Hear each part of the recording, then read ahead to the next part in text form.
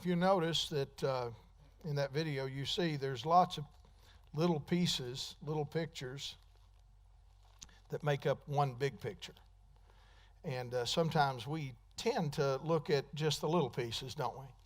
We don't see the big picture all the time. And I'm endeavoring to be more of a big picture person, and because I realize that every big picture has little pieces that make it up, and if I just get solely focused on something small, the smaller part of things, I tend to miss sometimes the bigger picture of things. And so with everything, there is the ability to be able to see something greater. And so I'm endeavoring to look at that. And so as I was looking over this particular series and thinking about this, that was the idea that came to us on that, was that it's we have to begin to look for the bigger picture in the things that we're dealing with throughout our lives. So I want to start, and we're going to actually wrap this series up today. I actually feel like I could go on this for months.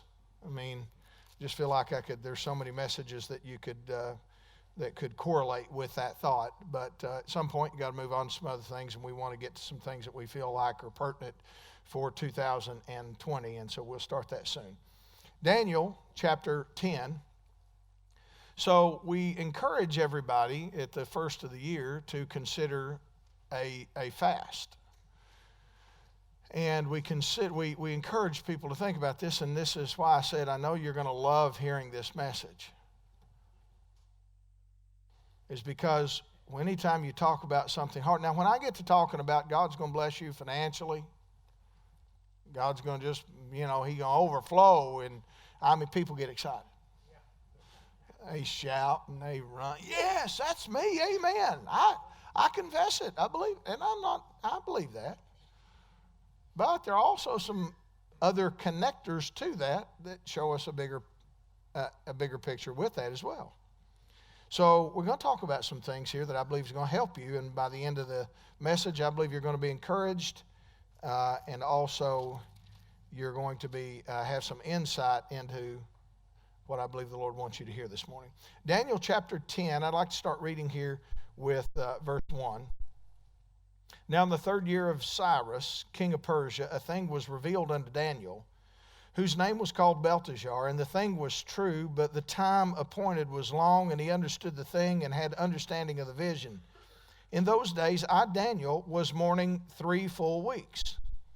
I ate no pleasant bread, neither came flesh nor wine into my mouth, neither did I anoint myself at all till 3 whole weeks were fulfilled. Now the Amplified Bible says it like this: I ate no pleasant or desirable food. He didn't say that he didn't eat food. He just didn't eat anything that was like pleasurable, something that he enjoyed. How many of you have certain things that you really enjoy?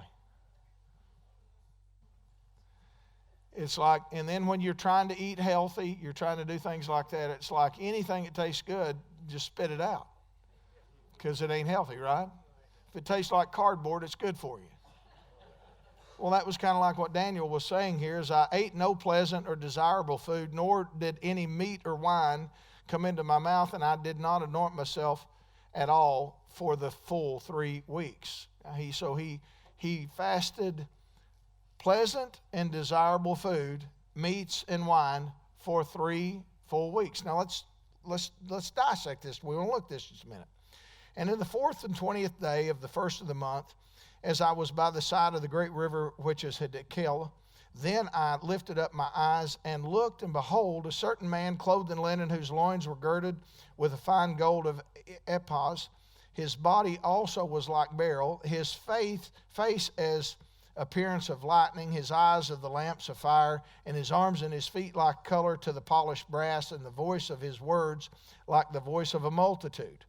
And I, Daniel, alone saw the vision, for the men that were with me saw not the vision, but a great quaking fell upon them, so that they fled to hide themselves. Therefore I was left alone and saw this great vision, and there remained no strength in me, for my comeliness was turned in me into corruption, and I retained no strength. Yet heard I the voice of his words, and when I heard the voice of his words, Then was I in a deep sleep on my face, and my face towards the ground, and behold, a hand touched me, which set me on my knees and upon the palms of my hands. And he said unto me, O Daniel, a man greatly beloved, and understand the words that I speak unto you, and stand upright, for unto you am I sent now. And when he had spoken this word unto me, I stood trembling. Then said he unto me, Fear not, Daniel, for from the first day that you did set your heart to understand and to chasten yourself before your God, thy words were heard, and I am come for your words. Now I want you to notice this. He says here, I heard you from the first day. From the very first day that you set your heart to find out information, revelation. From the first day that you decided that you needed to hear from me, I was responding the first day. So this is very important for you to understand. But the prince of the kingdom of Persia withstood me 21 days. But lo, Michael, one of the chief princes, came to help me, and I remained there with the kings of Persia. Now I've come to make you understand what shall befall your people in the latter days, for yet the vision is for many days.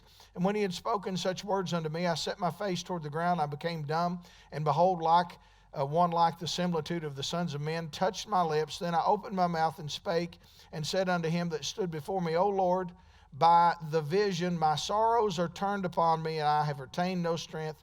For how can the servant of the Lord talk with this, my Lord? For as for me straightway, there remained no strength in me, neither is there breath left in me. Then he came again and touched me, one like the appearance of a man, and he strengthened me. Okay, let me stop right there.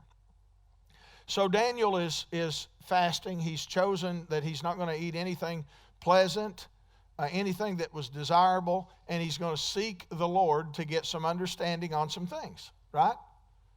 And the Bible says that the angel heard him from the first day.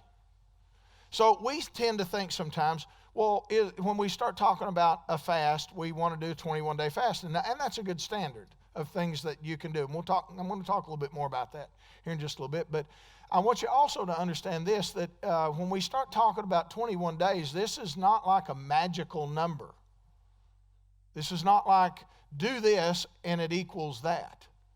This was what happened for Daniel.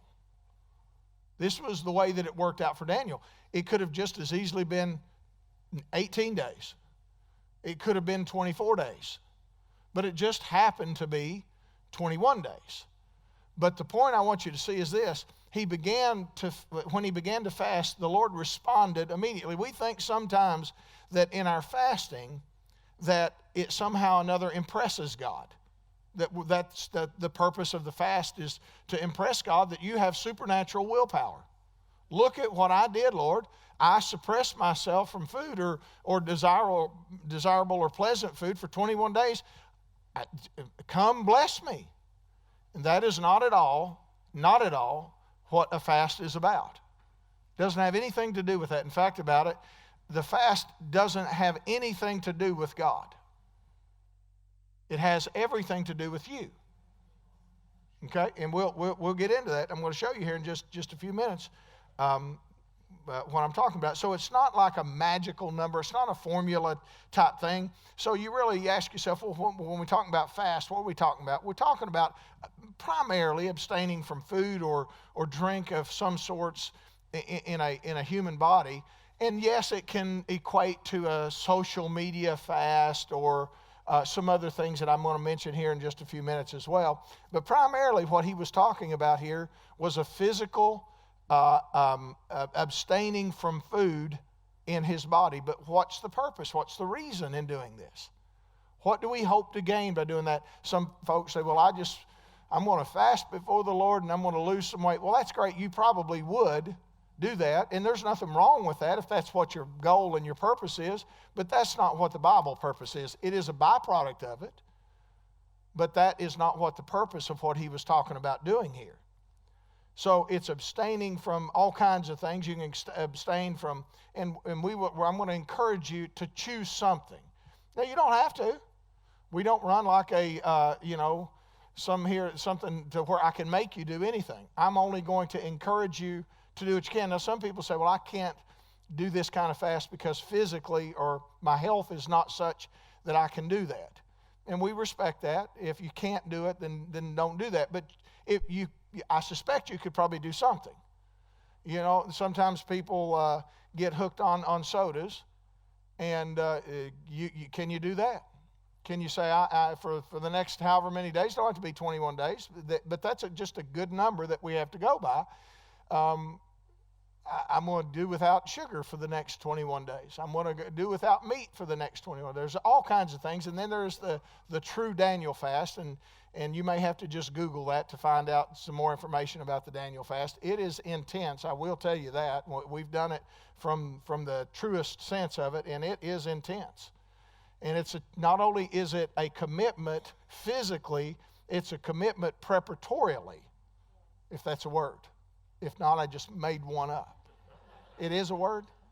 Oh, okay. Kathy was shaking her head, and I thought, yes, I got that right.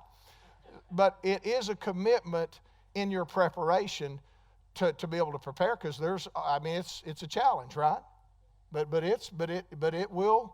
It'll do. If you are committed to it for the right reason, you'll be amazed at what it can do for you.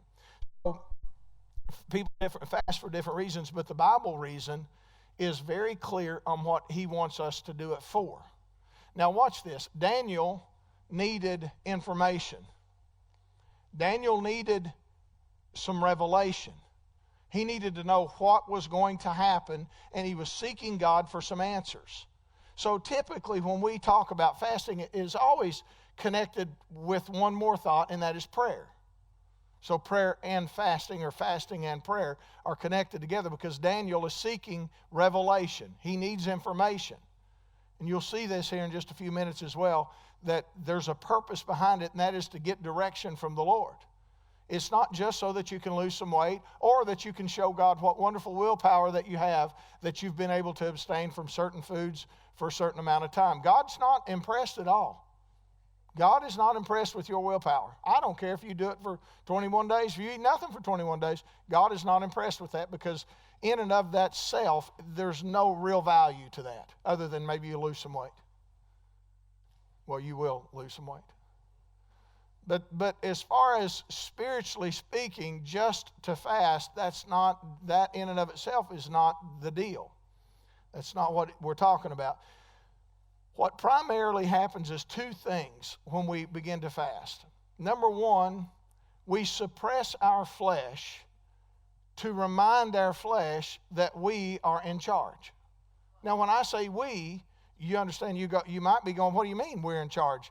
We're starving. We're hungry. No, because the real you is not the physical being. The Bible clearly tells us that we're a three-part being, but the real you that gets to move on from this life is the spirit man on the inside of him. Right? So the spirit man lives in this particular body. It's like a vehicle. You know, and some people don't take good care of their cars, do they? Some people don't take good care of their bodies. And so their vehicles tend to break down and tear down because they don't do proper oil changes. They don't do, the proper maintenance on them. They don't put new tires on them. They don't take care of them. But what happens if you take care of the car, the vehicle? Tends to go longer and last longer, right? And we tend to spiritualize everything like, well, God, wanted to take that person out at a certain age, at a certain time. And we go, well, what about if he had been just a little more, or she had been just a little bit more diligent in the preparation of taking care of themselves? Could that help towards it? Now, I'm not saying that God doesn't intervene, so don't. It's not one or the other entirely. But it is a mix. And so we have to realize that our bodies have to be reminded from time to time that you have to be suppressed to be reminded that, wait just a minute, you don't get to make the rules. You don't tell me what to do, I tell you what to do. Almost like talking to yourself, so to speak. The spirit man, the man that lives inside you, gets to tell the man on the outside what he will and what he won't do. And so that keeps us intact, that the spirit man is the one that is guiding our lives, right? if you constantly yield to your flesh will be the dominant being that guides you. Now listen to this in 1 John chapter 2, verse 16. He says here, for all that is in the world, the lust of the flesh, the lust of the eyes, and the pride of life is not of the Father, but is of the world. So it's like if you always give in to your flesh, then you're always letting the flesh dominate and guide and lead you. But if you occasionally, it doesn't mean all the time. I mean, you'd die if you fasted all the time, right? But occasionally you remind your flesh, you don't get to dominate me. I get to tell you what you get to do. And it's a difficult thing because you do have desires. And I found this much out. If you don't ever remind your flesh and remind it that it's not the one that gets to make the decisions in your life, not only regarding food, but it'll dominate you in other areas as well. Your flesh will run roughshod, so to speak, over you. It'll not just in food. How many people know that we tend to be guided and directed by our stomachs? I mean, we do, and sometimes we have to go, wait just a minute. Today, I won't do that. And not just because you feel like you need to lose some weight. No, today, I'm not going to do that. I'm going to remind my flesh that I am in charge, and I'm going to cause it some pain and discomfort. You say, is that scriptural? I promise you it is, and I'm going to show you. What I tell you, I don't just say randomly. I'm going to give the basis for Scripture on all of these things. I remember it was a number of years ago. Debbie will remember this. It was, probably 20 years ago. The guy's probably, if he didn't deal with his problem at the time, I suspect he probably isn't even around today, but it's a number of years ago. It was after service on a Sunday morning. We were going to dinner after church, and we were going into Golden Corral. And that was back when they kind of had first opened. There was big lines, and so we were in a line waiting outside to come in, and there was these two guys in front of us, and the girls were little at the time, so I know it was, a number of years ago. And there was this big guy, two big guys. When I say big, I don't mean like, overweight. I'm talking about like obese, morbidly obese, huge. And they're dressed up, so you could tell they'd probably been to church. And so they were talking, and it wasn't that I was trying to eavesdrop. Sometimes you just can't help but hear people, right? You're just there, and they talk, and you have ears. And so these guys are talking, and one guy goes, I'll tell you right now what will never happen in my church. He goes, that tongue business will never happen in my church. There'd be nobody speaking in tongues in my church. I put a stop to that right now, and I thought, you are morbidly obese, and you have let your body get so out of line that you can barely. Now, he wasn't walking. He was waddling. It wasn't a walk. It was literally. Now, I'm not making fun. I'm just telling you the facts. Just the facts, ma'am. Right. And I thought, you will tell somebody that you won't allow something to go on inside church that is emphatically in the Bible, that is very plain, very clear, and should be no mistake that it is a spiritual gift of God. You will tell somebody you won't allow something spiritual because you haven't taken the time to study for yourself to realize that it is right and proper. It is something valid. It is something precious. But you'll sit here and go in here and eat like 4 pieces of pie. And you'll eat repeatedly, go in, how many times you'll drink 15 sodas before you leave, and allow yourself to get in that kind of shape and expect that you'll have influence over somebody. And I'm like, we have to realize that our influence is not just a matter of being in the right place, right time, but it's also being positioned with our knowledge, our gifts that God has given us inside of us to be able to pour out into somebody else's life. And so, we looked at this and thought, man, oh man, I don't want to be like that. Now, in Psalms 35, verse 13, he says, "But as for me, when they were sick, my clothing was sackcloth. I humbled my soul with fasting." So in other words, he says, I'm humbling myself. I'm making myself recognize I need to do something. I need to tell my flesh. Matthew 17, verse 21 says, "Howbeit this kind goes out only by prayer and fasting." And I'm going to talk about that just a little bit more in just a minute. Same area of Scripture here in Mark 9 says, "This kind can come forth by nothing but by prayer and fasting." So he's talking about a demon here. We'll look at that in just a minute. Also, I would even say that this, now, if you give me a little bit of leeway here, in 1 Corinthians chapter 7, verse 5, in the New Living Translation, he's talking here about even fasting from food, but also to be prepared to be fasting from food to get an answer, that you can also fast from sex. Did he just say that in church? Well, let me just read it to you then. Verse 5, he says, "Do not deprive each other of sexual relations unless you both agree to refrain from sexual intimacy for a limited time so that you can give yourself more completely to prayer." And in the King James it says prayer and fasting. So you can choose that, wait just a minute, I don't want anything to cloud me. I want to be focused on what it is that I'm trying to get revelation on. I'm trying to get an answer, so what I need to do, I need to dial in. And so he's saying set some things aside. But notice, thankfully, I'm just going to go ahead and say it like that. Don't y'all get like too tore up over me. He said only for a time. And then come back together, he says in the next verse after that, "Or else the devil will cause you, temptation. He leads you into temptation." So you do that only for a time, and you only do it with agreement from your spouse. If your spouse was not in agreement, then I guess, you'll have to figure that out. Tough crowd this morning. Look at 2 Chronicles, and let me kind of get to where I want to start digging in here just a minute. 2 Chronicles. Have you all ever do you just ever get to a place in your life where you need answers? You don't know quite what to do. You don't know how that you'll achieve and get to the place that you need. You don't know exactly which way to turn. You don't know who to rely on, who to trust. You just don't know exactly what to do. We've been there before.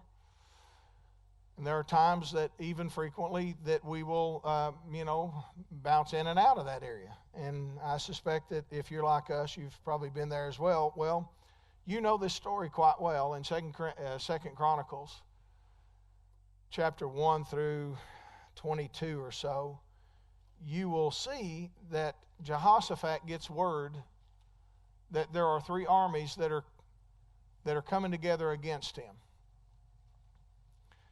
Now, the natural reaction would be, let's get our gear together, let's get our weaponry together, and let's get ready because we're going to have to fight. Don't even think we can win, but we're going to have to just fight because we don't have any other choice because here they come. That would be the natural tendency that everybody would first, think about. I suspect it was also his tendency as well. That was at least in his mind, what do we do? Are we going to fight? But watch this. So he gets this information, verse 3, and it says, "And Jehoshaphat feared and set himself to seek the Lord." So now he's looking for an answer. "And he proclaimed a fast throughout all Judah." He doesn't know what to do. He knows he's in trouble. He knows there's a challenge, and he knows there's a problem, so what does he do? He says, the entire land, we need to fast. Because we have need, we're in need of an answer. We're in need of a solution, and so what we need to do is seek the Lord, because that's what he said. Seek the Lord, set himself to seek the Lord, and proclaim to fast. Now, jump down to verse 14. So they've been fasting and seeking the Lord, praying. And then upon Jehaziel, came the Spirit of the Lord in the midst of the congregation, and he said, Hearken all of Judah, you inhabitants of Jerusalem, and thou King Jehoshaphat. Now watch this. Thus saith the Lord, Be not afraid nor dismayed by this reason of great multitude, for the battle is not yours, but God's. Now I wonder if he bypassed the fast and the prayer time. I wonder what his conclusion would have come to. I suspect it would have been, we need to fight. Because it doesn't just come out to do nothing when you're under attack. Your natural tendency is to fight back, right? And so, but he seeks the Lord, and then the Spirit of the Lord comes upon Jehaziel, and he speaks these words, and he says, you don't need to fight, but what you do need to do is just relax. God's got this. Now, you all know the rest of the story. They chose to believe Jehaziel, and Jehoshaphat chose to believe the word of the Lord, and he appointed singers. Now, the Lord didn't tell him that, but watch what always happens when you know that victory is around the corner. You know, one of the tendencies that always goes with that is what? Rejoicing. Did you ever see anybody win a battle, and then they just get all depressed? Or when somebody's lost the battle, do you see them rejoicing? Tom Brady was not rejoicing last night. I noticed that last night. Right?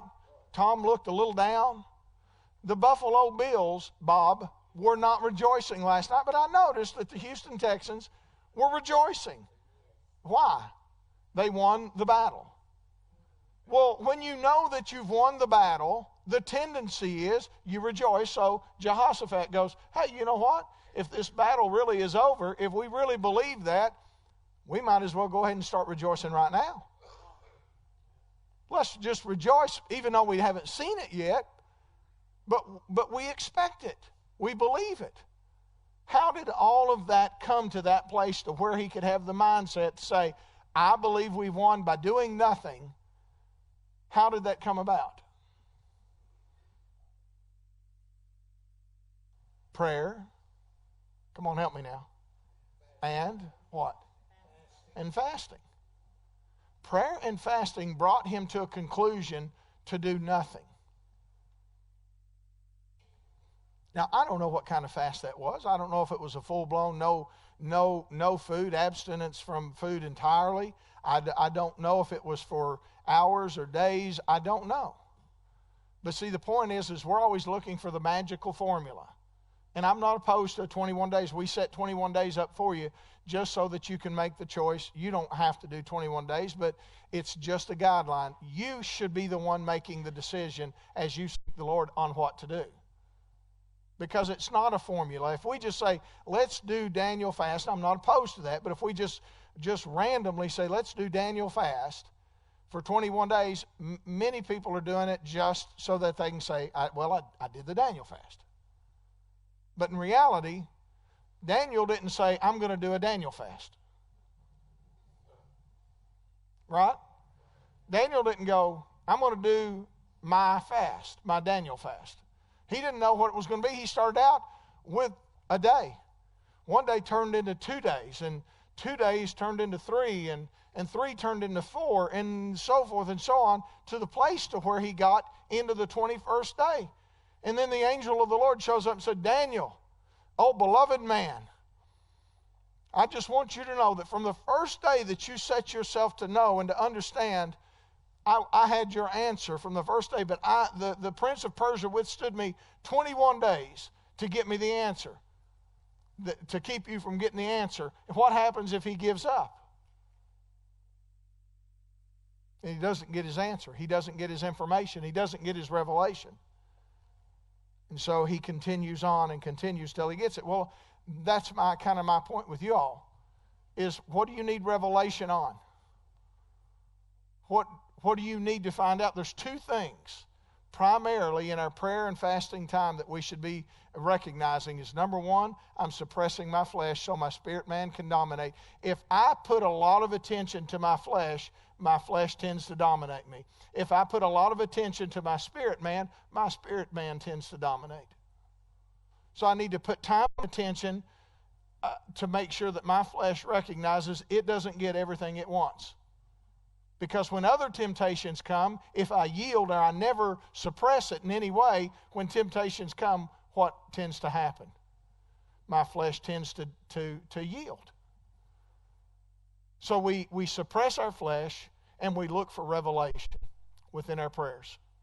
We look for the Lord to reveal to us what should we be doing. Where should we be making an impact? What is the answer for something that I'm seeking? And then the Lord has, it's not that God looks down and goes, well, they've fasted pretty good now for 7 days. Give them a little bone. Let's give them a reward. No, it's not about that for God. God's ready to give you the answer now, but your spirit, man, sometimes is not conditioned to be able to hear it. It's quiet. Mark chapter 9, look over there quickly. I just really have two more main passages I want you to see to get this. And I think you will when you see these two. Mark chapter 9, you know this story well. So let me jump here at verse 17.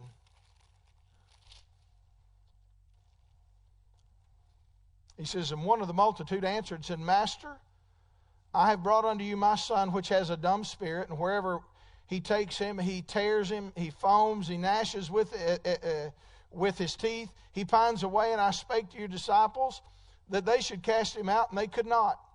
And he answered him, he said, O faithless generation, how long shall I be with you? How long shall I suffer you? Bring him unto me. And they brought him unto him. And when he saw him, straightway the spirit tore him, and he fell on the ground and wallowed and foaming. And he asked the father, how long has this came on him? And he said, of a child. Oftentimes it cast him into the fire, the waters to destroy him. But if you can do anything, have compassion on us and help us. And Jesus said unto him, if you can believe, all things are possible to him that believes.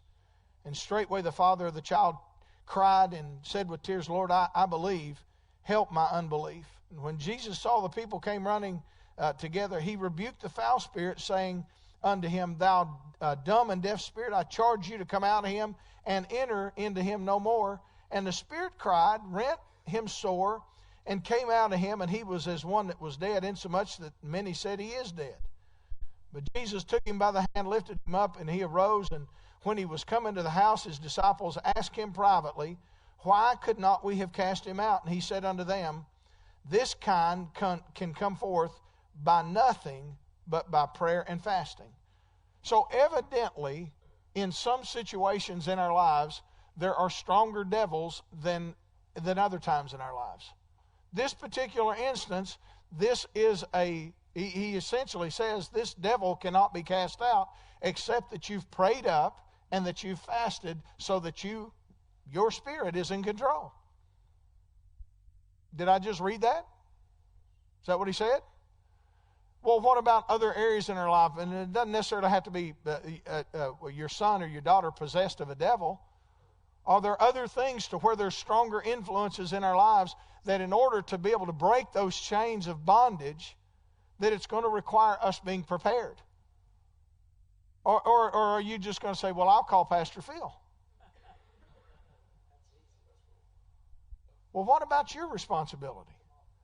He said this kind comes out only by prayer and by fasting. Do you want to be able to have that kind of an ability? Sometimes we think that prayer or fasting brings us greater authority, and it does not. It gives you the revelation of your authority, but it doesn't bring any more authority than what you already have. You have all the authority that you ever need to overcome every attack from the enemy. You just have to have the revelation to know it. And see, by prayer and fasting, it reveals that. It opens that up. That's what Jesus was saying here, was they were doing all they knew to do, but it wasn't working. And Jesus said this kind only comes out but by prayer and fasting. And so when you pray and you fast, it opened up a revelation of a greater authority that what he had than what the disciples didn't know that they did have, but they in fact did have it.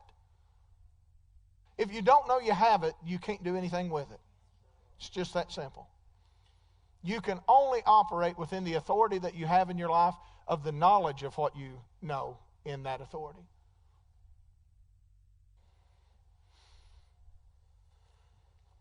Now, look over to Acts chapter 10. So how long should you fast? You tell me. A day? A dinner? A breakfast? 3 days? 10 days? 14 days? 21 days? I don't know. Daniel's was 21 days. It does not mean yours has to be 21 days. It can be 21 days. And I'd encourage you to at least recognize during the time period that we've set aside, find something that you need clarity on, because prayer and fasting will bring clarity. Find something you need clarity on and remind yourself that I'm going to let my spirit man dominate instead of my flesh man dominate. Now look at this. Acts chapter 10, verse 1. A wonderful story here. One of the greatest stories in the entire Bible, in fact. Fact about it, for me and you, don't get any better than this. There was a certain man in Caesarea called Cornelius, a centurion of the band called the Italian band, a devout man and one that feared God with all his house, which gave much alms to the people and prayed to God always. He saw in a vision, evidently about the 9th hour of the day, an angel of God coming in unto him and saying unto him, Cornelius. And when he looked on him, he was afraid, and he said, What is it, Lord? And he said unto him, Your prayers, your alms have come up for a memorial before God. Now send men to Joppa and call for one Simon, whose surname is Peter. He lodges with one Simon, a tanner, whose house is by the seaside, and he shall tell you what you ought to do. Is God ready to reveal some revelation to Cornelius? Why? He gave much alms to the people, prayed to God always. Now, this shows us that he's a prayer. But it didn't say anything about fasting, but I'm going to show you something that I believe will help you to see a greater picture of this. Look at verse 23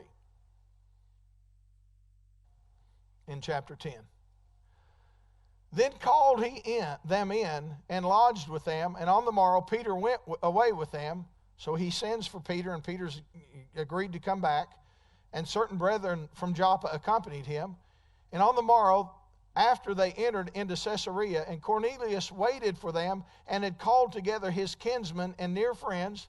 And as Peter was coming in, Cornelius met with him, and fell down at his feet and worshipped him. But Peter took him up, saying, Stand up, I myself am also a man. And as he talked with him, he went in and found many that were come together. And he said unto them, You know how that it is unlawful for a man that is a Jew to keep company or to come unto one of another nation. But God has shown me that I should not call any man common or unclean.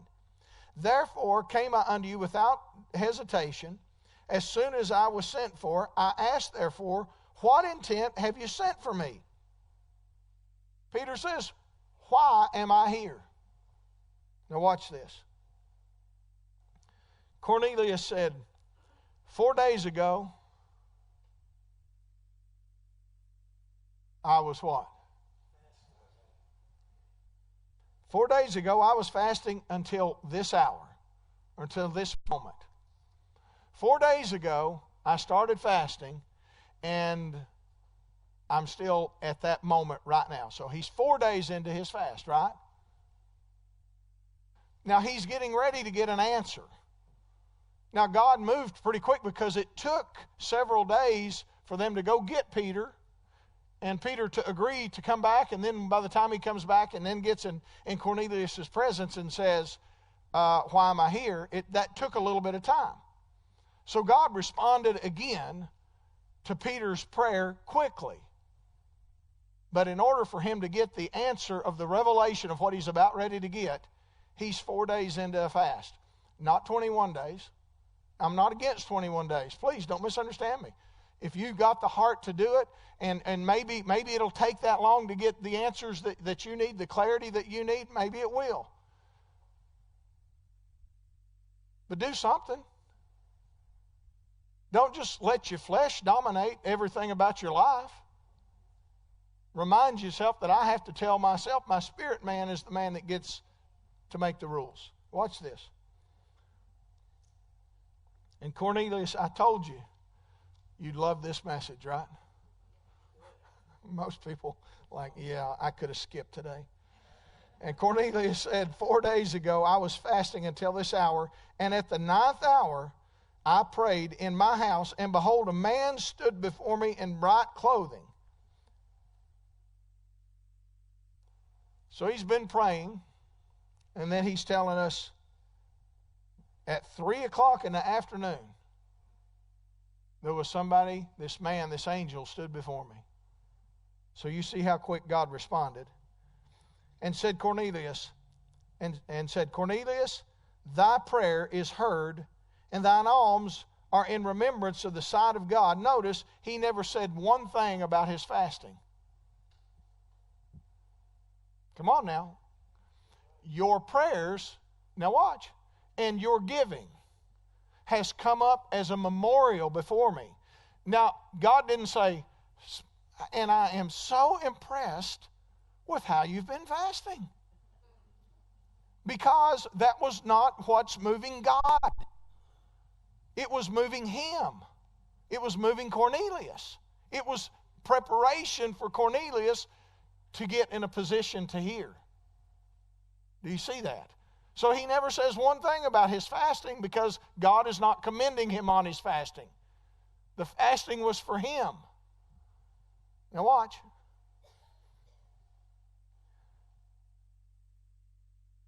Your prayers heard, your alms are had in remembrance of the sight of God. Send therefore to Joppa and call Simon, whose surname is Peter. He lodges in a house of one Simon, a tanner by the seaside, who when he comes, he shall speak unto you. Immediately therefore I sent to you, and you've done well that you've come. Now therefore we're all present before God to hear all the things that are commanded you of God.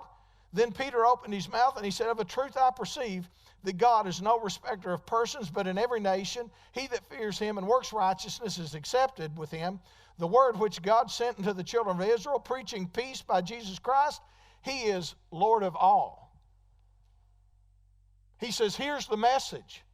Here's the revelation. This is what you've been wanting or needing to hear, is when God sent Jesus, he didn't just save the Jews or the believing Jews. He saved everybody. He became the potential Lord of all.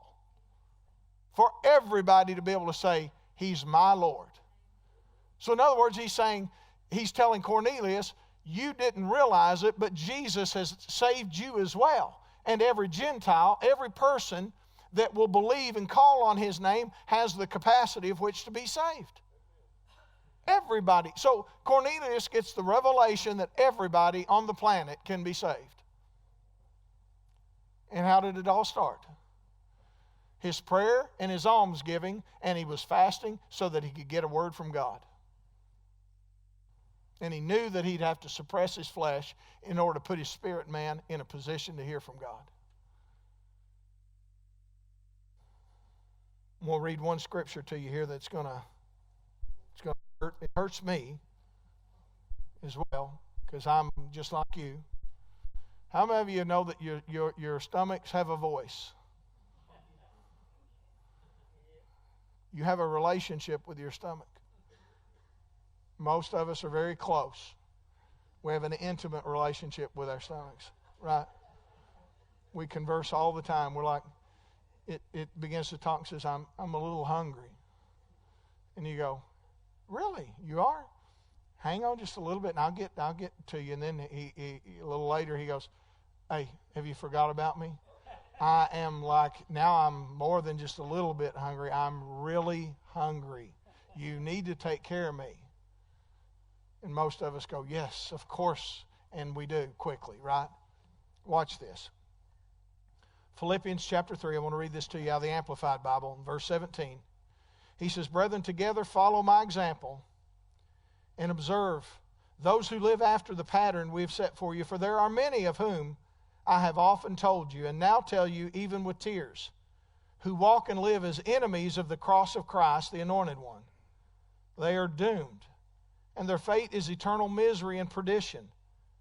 Their God is their stomach and their appetites and their sensuality, and they glory in their shame, siding with earthly things and being of their party. He says that they've gotten to the place to where their stomach is their God, and their appetite and their sensuality. In other words, what they want, what's talking to them, is more important to them than the things of God. And that was exactly the case in point. And I'm not sending that man to hell, that obese man, but I am, because I'm not qualified to say that, but I am saying this. It was pretty evident that his stomach had become his God, and the fact that he was rejecting the Word of God, but he was okay with taking care of him.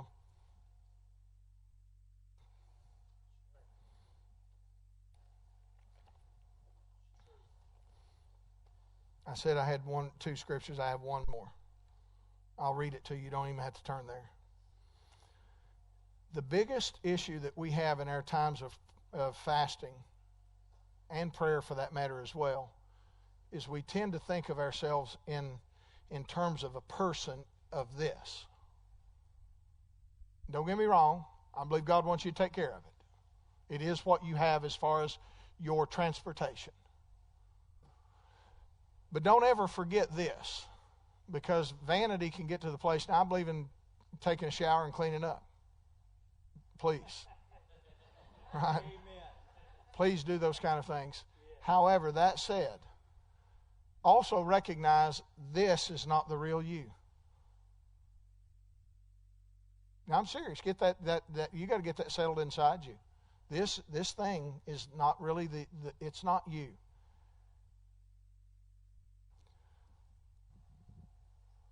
1 Corinthians 9, verse 27 says, Paul speaking, he said, but I keep under my body and bring it. He didn't say, and I bring me. He said, I bring it. He called his body an it. I bring it into subjection, lest that by any means when I've preached to others, I myself should be a castaway. The Amplified Bible says, but like a boxer, I buffet my body. I handle it roughly and discipline it by hardships. How do you discipline your body? By not letting it have its way.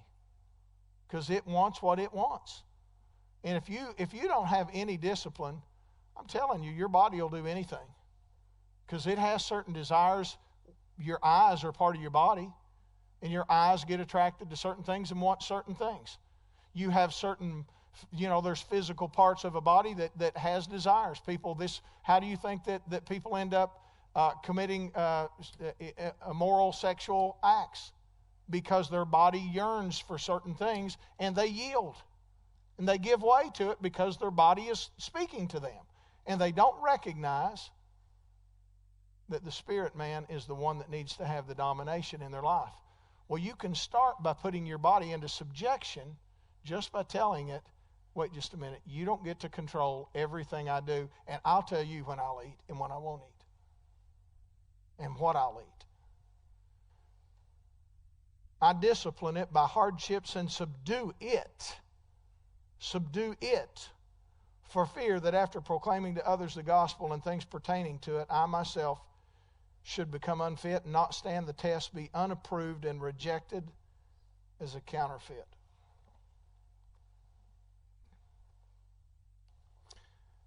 So the purpose, the big picture of our prayers and our fasting, number one, we should be suppressing our flesh from time to time.